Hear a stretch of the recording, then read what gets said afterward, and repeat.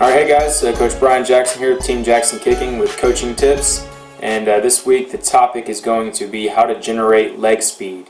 This is a very common question that I get from a lot of players and a lot of parents at various camps and various sessions. As far as generating leg speed, there's a number of things that you can do. There's two things that I'm going to talk about specifically that have helped me tremendously and have also helped out prospects that I have worked with in the past. The first of the two things that I'm going to mention to you today to help generate leg speed is getting in running shape. Being in running shape is very important because it keeps your muscles, it keeps your body used to having a certain amount of tempo, a certain amount of speed when you are progressing towards the football and you're bringing your leg tuck back, and you're bringing your leg tuck through, hitting the contact right on the ball, and follow through and forward towards your target. If your body, if your legs, your muscles, and that's talking about hips, quads, calves, hamstrings, all of that, if it's not used to being in sprinting shape or running shape, then you're going to have a slower tempo progressing towards the ball and follow through towards the ball. Perfect testimony is in high school, I was playing travel soccer and I had to make a decision, which I'm sure a lot of you guys have had to do, is do I keep playing travel soccer and playing football? Do I just stick to soccer or stick to football? What do I do? Well, I had to make that decision being down here in Alabama with the fall and the spring. And so my body was used to being in running shape with running 3 to 5 miles every soccer game and then playing football as well. So when I stopped playing travel soccer my junior year in high school, my kickoff distance fell off just a tad, and I was always wondering why. And when I looked back on it in college, when I figured out that I was not in running shape anymore, I was not in sprinting shape, that's when I figured out that I needed to get back on the treadmill, I needed to be running around the neighborhood, whatever, to make sure that my legs and my body was in running and sprinting shape.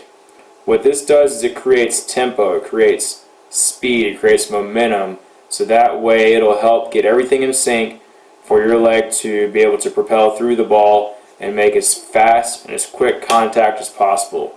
If you guys want to do a search on a kicker, search Martin Gramatica is one of the best kickers ever. Probably 5'8", $150, and the guy could kick it 65 yards. And it was all because of his technique and his leg speed. Alright, the second thing that I'm going to talk to you about with helping generate leg speed is pool workouts. Now, I've told this to a handful of guys, but everyone needs to know this. Getting in the pool is a great way to be able to generate leg speed. Swim a couple laps just to get warmed up, but basically what you're doing is you're standing upright, standing tall, and you're going to do both legs separately. Alright, so you want to make sure you're equaled out. Alright, so you're not just doing the right leg back and forth, and then you get out of the pool. It's not like that. You want to be able to do both legs so everything's completely balanced out. What I do is I do 5 sets of 10 with my front leg extension. That's when my leg comes up.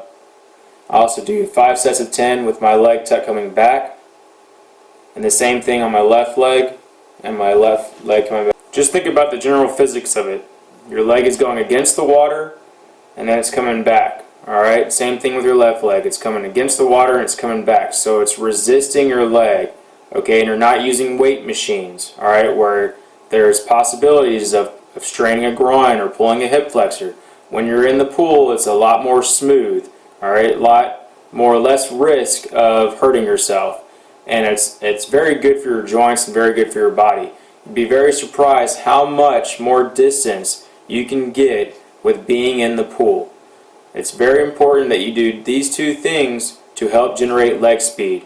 That's getting on the treadmill and doing interval sprinting, and that's getting in the pool and doing pool workouts. Okay? Make sure in the pool workouts you're not doing a full leg tuck and a full leg swing all in one motion.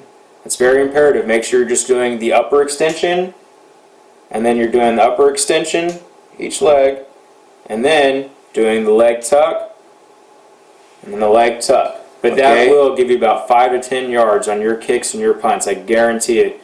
It's helped with a lot of kickers and punters and helping me personally. Alright, so at this point, thank you all for listening. And look forward to talking with y'all next week on various topics on coaching tips with Brian Jackson.